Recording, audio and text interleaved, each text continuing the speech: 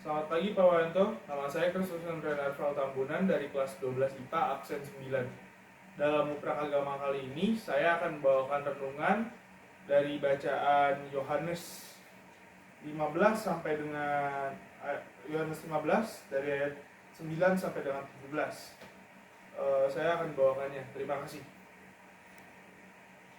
Aduh bro, pencet. Selamat pagi saudara-saudaraku yang terkasih dalam iman. Bagaimana kabarnya pada pagi hari ini? Ya, kita harus patut bersyukur kepada Tuhan karena Tuhan sudah memberikan kita nafas kehidupan pada pagi hari ini. Kita masih bisa merasakan kehidupan dan masih bisa melakukan aktivitas-aktivitas di bawah tangan Tuhan.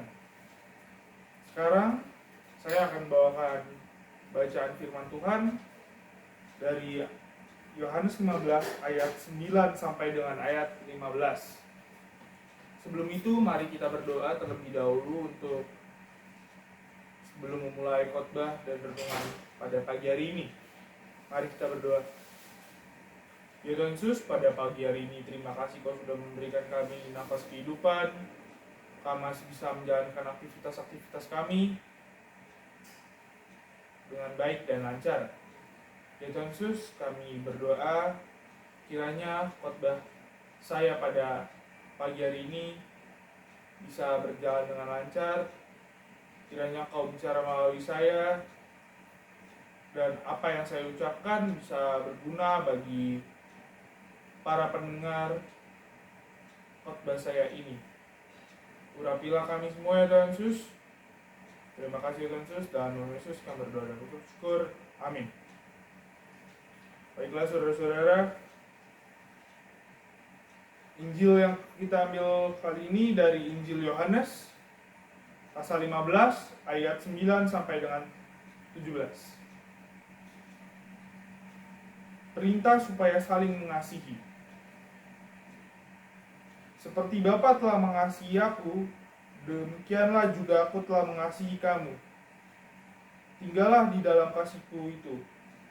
Jikalau kamu menuruti perintahku, kamu akan tinggal di dalam kasihku, seperti aku menuruti perintah Bapakku dan tinggal di dalam kasihnya. Semuanya itu kukatakan kepadamu, supaya sukacitaku ada di dalam kamu, dan sukacitamu menjadi penuh. Inilah perintahku, yaitu supaya kamu saling mengasihi, seperti aku telah mengasihi kamu. Tidak ada kasih yang lebih besar daripada kasih seorang yang memberikan nyawanya untuk sahabat-sahabatnya. Kamu adalah sahabatku. Jikalau kamu berbuat apa yang kuperintah kepadamu, aku tidak menyebut kamu lagi hamba, sebab hamba tidak tahu apa yang diperbuat oleh tuannya. Tetapi aku menyebut kamu sahabat, karena aku telah memberitahukan kepada kamu segala sesuatu yang telah kudengar dari Bapa. Bukan kamu yang memilih aku, tetapi akulah yang memilih kamu. Dan aku telah menetapkan kamu supaya kamu pergi dan menghasilkan buah, dan buahmu itu tetap, supaya apa yang kamu minta kepada Bapa dalam namaku diberikannya kepadamu. Inilah perintahku kepadamu, kasihilah seorang akan yang lain. Demikianlah firman Allah. Diberkatilah orang yang mendengarkan firman Allah serta melakukannya. Amin. Ya, dalam Injil Yohanes 15 ayat 9 sampai 17 ini, setelah saya ringkas, saya mendapatkan ayat-ayat ini berbunyi seperti, pergi dan menghasilkanlah buah. Itu pada bunyi pada saat di ayat 16. Yang dimaksud adalah semua orang Kristen dipilih dari dunia untuk berbuah. Dan berbuah ini Apa arti berbuah? Berbuah ini merujuk pada kata kebajikan-kebajikan rohani seperti buah-buah roh yang ada disebutkan di ayat Galatia 5 ayat 22 sampai 23 yang berbunyi seperti kasih, sukacita, damai, sejahtera, kesabaran, kemurahan, kebaikan, kesetiaan, kelemah lembutan, dan penguasaan diri, dan berusaha memberikan orang kepada Kristus atau penginjilan. Kita berusaha untuk menginjilkan orang lain dalam situasi apapun. Seperti contoh, kita saat di rumah sakit, kita sedang menunggu obat, ataupun kita sedang menunggu panggilan dari dokter, kita bisa saling berbicara dengan sesama kita di sebelah. Kita injilkan bahwa sukacita dari Tuhan kepada sesama. Itu salah satunya dari ayat kita pada hari ini. Yang kedua, diambil dari ayat Yohanes 15 ayat 9 sampai dengan ayat 10 yang berbunyi, seperti Bapa telah mengasihi aku, demikianlah juga aku telah mengasihi kamu. Tinggallah di dalam kasih-Ku itu. Jikalau kamu menuruti perintahku, kamu akan tinggal di dalam kasih, seperti aku menuruti perintah Bapakku dan tinggal di dalam kasihnya. Apakah artinya tersebut? Saya sudah meringkasnya. Jadi, orang percaya harus mengasihi dengan kasih Kristus. Jadi, kita harus mengasihi setiap orang dengan kasih Kristus, bukan dengan paksaan ataupun dengan iming-imingan. Saat kita menghadapi suatu permasalahan, kita bisa menghadapi masalah tersebut dengan kasih sukacita, bukan dengan kasih paksaan. Dengan contoh, kita sedang dalam kondisi COVID-19, kita harus saling membantu satu sama lain. Contoh yang sangat dekat, ketika tetangga kita terkena dampak virus COVID, kita membantu. Tetapi di pikiran kita, membantu itu dengan, jika kita membantu, kita suatu saat akan dibantu kembali oleh tetangga kita karena kita sudah membantu mereka. Itu adalah pemikiran orang-orang yang masih penuh dengan kedagingan, susah untuk dikendalikan. Tetapi yang dimaksud dalam Yohanes ini, ayat 9 dan 10, kasih Kristus adalah yang dimaksud. Kita harus saling mengasihi dengan ikhlas. Jadi tanpa iming-imingan. Ketika kita membantu orang tetangga kita yang terkena COVID, kita tidak perlu mengharapkan apapun dari mereka, karena kita mengasihi dengan kasih Kristus. Itulah yang dimaksud dengan kasih Kristus. Jadi kita sangat memerlukan kasih Kristus yang sangat penuh dalam kehidupan kita sehari-hari. Itu sangatlah berdampak sekali. Untuk COVID-19, dampak COVID-19 tersebut dalam ayat ini itu sangatlah banyak. Seperti contoh orang COVID tadi yang sudah saya bicarakan.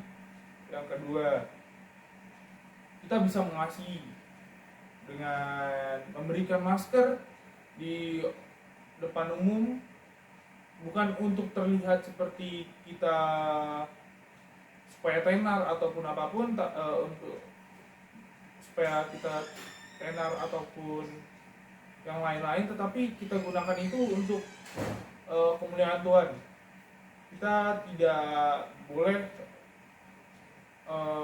menganggap itu seperti kita yang sebagai main character kalau zaman sekarang, kita yang sebagai pemeran utama tanpa bantuan baik, ya. Dan tentu saja bagi remaja sangatlah sulit. Apa solusinya? Solusinya adalah keinginan kita untuk mengendalikan diri kita, dan yang paling penting adalah meminta tolong kepada Roh Kudus. Dan tantangannya biasanya terjadi pada lingkungan kita, bukan hanya lingkungan sekolah, tetapi juga ada lingkungan rumah, lingkungan pergaulan, lingkungan gereja, dan lain-lain. Ya, kita harus tetap bergantung kepada Tuhan, karena kita semua sudah dipilih oleh Tuhan menjadi muridnya dan menginjilkan kepada seluruh masyarakat Indonesia, khususnya seluruh iman yang seiman dengan kita harus saling menginjilkan satu sama lain. Dan pada ayat ini saya belajar apa itu tentang kasih Kristus dalam pergaulan remaja, di tempat kita sehari-hari, di sekolah, di rumah, saling memaafkan. Kita harus lebih belajar menghadapi diri kita sendiri. Justru kita sangat harus mengendalikan diri kita. Saya belajar tentang kasih, sukacita, damai sejahtera, kesabaran, kemurahan, kebaikan, kesetiaan, kelemah lembutan, dan penguasaan diri. Saya belajar buah-buah roh. Dan percaya saja kepada Tuhan bahwa firman Tuhan tidak ada yang buruk. Jika kita membaca ini, rasanya kita akan lebih tenang, dan firman Tuhan akan tahu bagaimana kehidupan kita. Kita bisa tahu cara menghadapi tentang kehidupan kita. Sekian dari saya. Untuk penutupan, mari kita berdoa. Mari kita berdoa. Terima kasih Tuhan atas urapan-Mu yang Kau berikan selama saya khotbah, selama saya renungan tadi. Kiranya video saya, rekaman saya ini yang dilihat oleh teman-teman saya mungkin, ataupun khususnya Pak Wayanto, mereka bisa mendengarkan ini dengan baik dan menjalankan firman Tuhan ini dengan ke masyarakat, ke lingkungan dengan baik. Saya berharap juga dengan urapan-Mu, murid-murid-Mu ini bisa menjadi semakin baik ke depannya. Berkatilah juga Tuhan anak-anak-Mu yang masih ada ujian praktek. Kau bantu anak-anak-Mu agar anak-anak-Mu bisa menjalankan ujian praktek dengan baik dan lancar.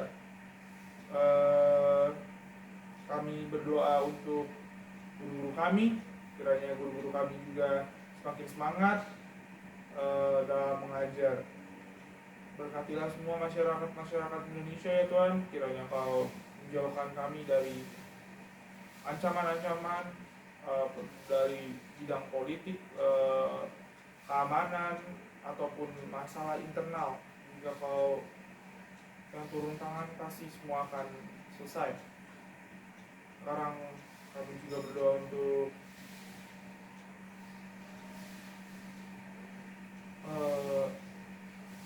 pelajaran kami yang akan sebentar lagi masuk ke universitas. Berkatilah kami agar kami bisa diterima di universitas negeri yang kami inginkan, di fakultas yang kami inginkan, untuk teman-teman saya, untuk saya, keluarga saya, siapapun yang di angkatan 2022 ini yang ingin masuk ke perguruan tinggi negeri. Lancarkanlah Tuhan, berikanlah kami yang terbaik. Terima kasih ya Tuhan Yesus, terima kasih atas urapan-Mu. Dalam nama Yesus kami berdoa dan ucap syukur. Amin. Sekian khotbah.